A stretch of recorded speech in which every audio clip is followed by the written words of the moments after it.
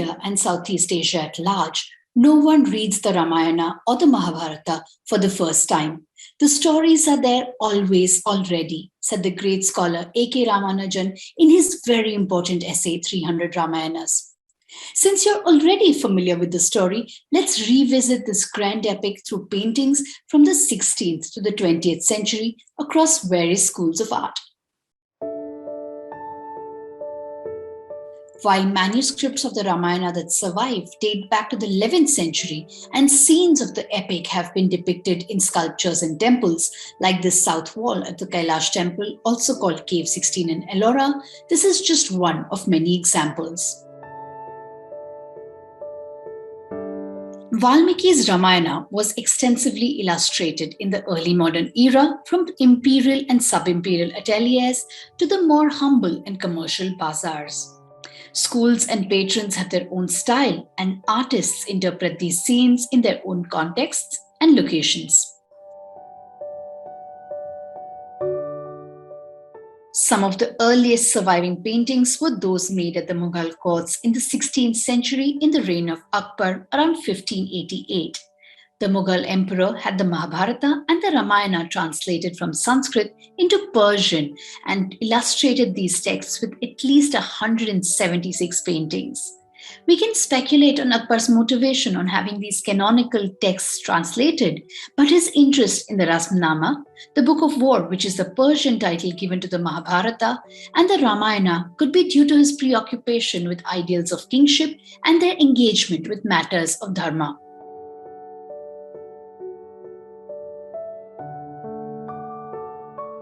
It's unfortunate that Akbar's personal copy is currently inaccessible and lies in a court-sealed store at the City Palace, Jaipur. The illustrations you see are from the copy commissioned by Abdurrahim Khane Khanan, a high-ranking minister, and is said to have been closely modelled on Akbar's own copy, less ornate of course.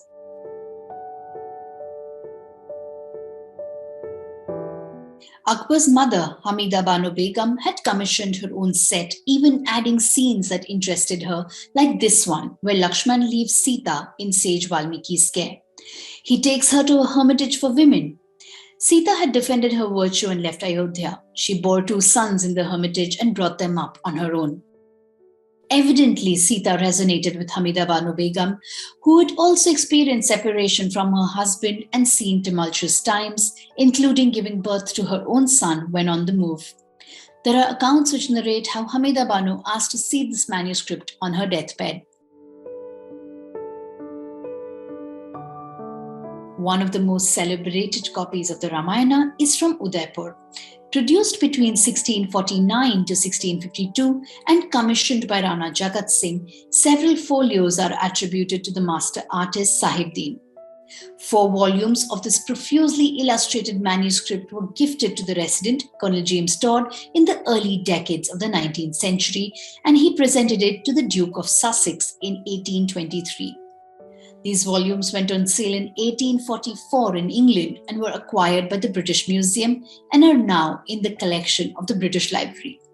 The remaining folios were dispersed and several are in the collection of the CSMBS in Mumbai. You can see the whole set online now on the British Library website. The late historian J.P. Losty suggested the Ramayana was significant to Sisodiya Rajputs as they drew lineage to the sun, just like Rama. Thus, this epic turned into a family history similar to Mughal rulers commissioning illustrations of the Timur Nama, the story of Timur. These paintings were also a statement to the Mughal rulers who wanted to subjugate the Rajputana that the Mewar legacy was divinely ordained, much like their own.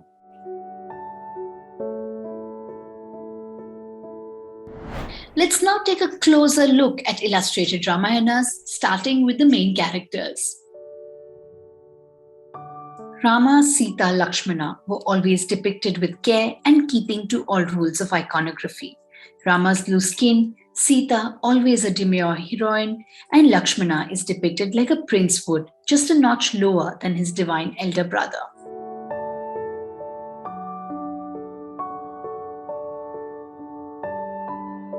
Perhaps the best loved character from the epic is the monkey god Hanuman. His unwavering loyalty and bravery, his close relationship to Rama, has made him an important deity in his own right. Hanumana is always illustrated with great love and imagination.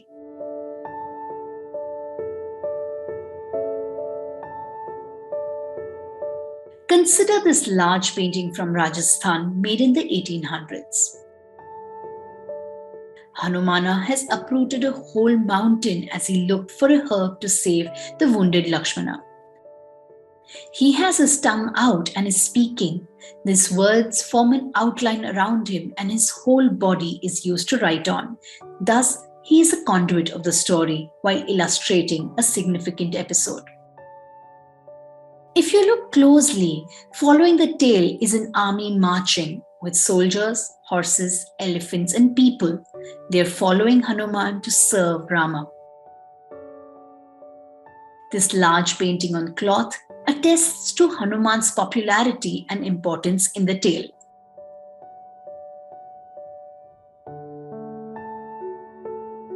Every great story needs a good villain, and the Ramayana has plenty of those. Some of these are generic monsters painted in the Mughal style with grotesque horns, boils, deformities, yet wearing very cute clothes. Attention is paid to important characters like Kumbhakaran, who is instantly recognizable with his large pot ears and belly, depicted larger in scale and surrounded by demons attempting to wake him.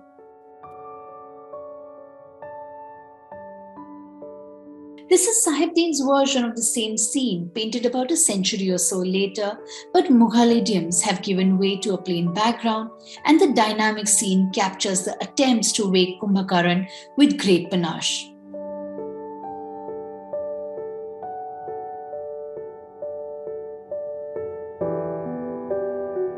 Lakshmana's cutting off Shurpankh's nose sets off events that will lead to a conflict between Rama and Ravana. A scene that is illustrated extensively, and the ugliness of Shurpankha is highlighted, especially when she is compared to Sita's idealized beauty. In this folio, made in Murshidabad on the commission of Lord Impey around 1780, the demon has unnaturally large eyes, fangs, and a grey complexion.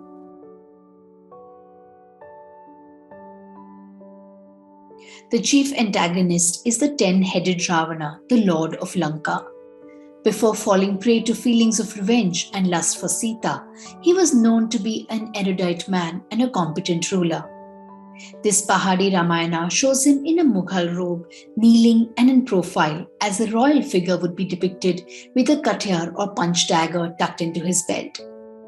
Each head is lovingly painted with a beard and a crown, as his hands clutch weapons, jewelry, a snake, displaying Ravana's own character and strength, much like the depiction of a god with all of his or her attributes.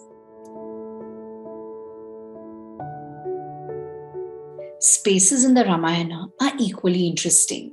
Mughal renditions of the epic depict characters in typical Mughal garb, and the composition follows rules of the period, making it seem like the Ramayana was actually taking place in Mughal land, complete with palaces, gardens, forests, and other elements.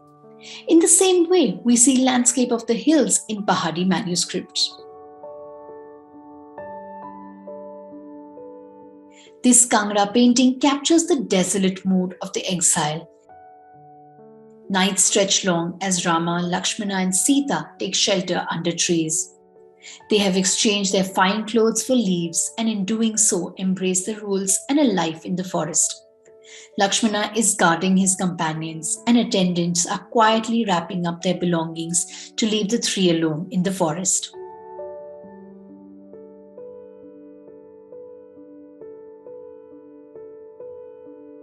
The kidnapping of Sita is a scene of great violence, and paintings depict the act with Jatayu, the great bird who tried to rescue her, lying on the ground, mortally wounded.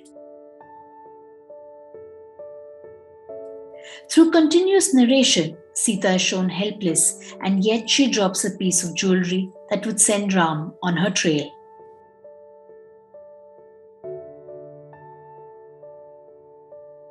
A tender part of the story is when Rama looks for Sita and everything reminds him of her. The brothers wander through the forest desperately seeking Sita. The simplicity of the folio gives the viewer space to feel Rama's anguish, reiterated by the presence of a pair of storks.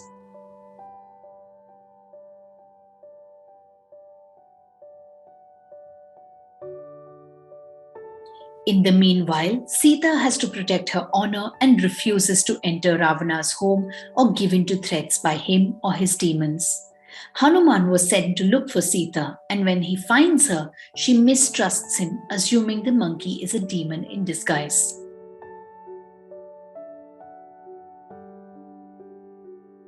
Sita is shown moving away from the finely dressed monkey. They are both in the veranda of a gorgeous pavilion with drapery, fountain, geometric tile works reflecting high Mughal style and European influences.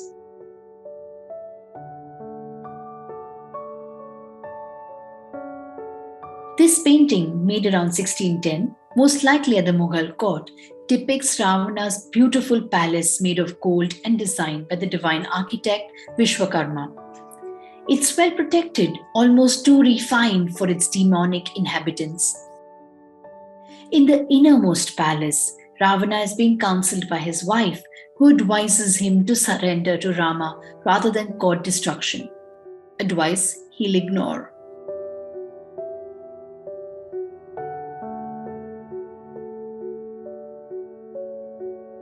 The confrontation between Rama and Ravana is an exciting scene to illustrate, and the Mewad folio is an explosion of colors and activity. Rama shoots arrows at Ravana, who falls off the chariot and dies. Rama is shown hugging Vibhishana, Ravana's brother, consoling him and simultaneously rejoicing with his monkey army now that the enemy has been killed.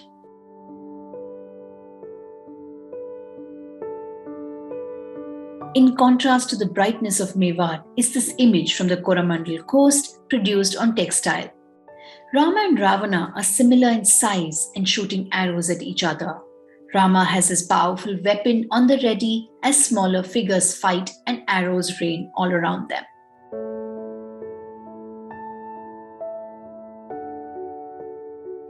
At the end of the battle, Rama has the god Indra bring back all the bears and monkeys who died in the war back to life, and he hitches a ride back home in this golden celestial chariot, big as a town, the Pushpak Viman.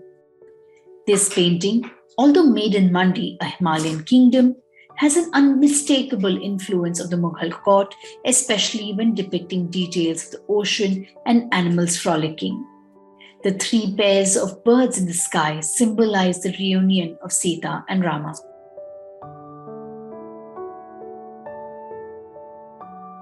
Triumphant, Rama, Lakshmana, and Sita return to Ayodhya escorted by their monkey army, as shown in this image from Jodhpur.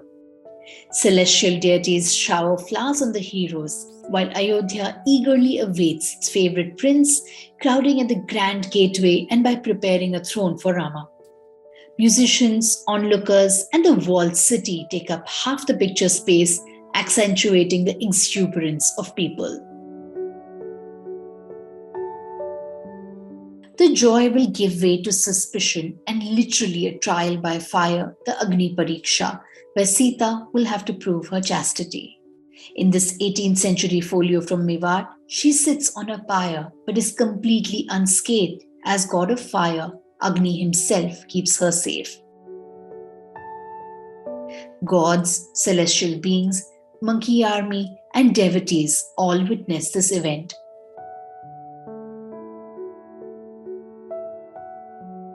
The story of the Ramayana has sustained our interest for centuries, and undoubtedly more retellings will emerge from different points of view and in a range of styles.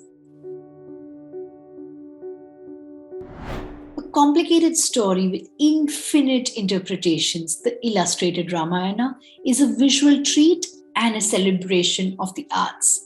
On that note, we wish you a healthy, happy, and safe festive season.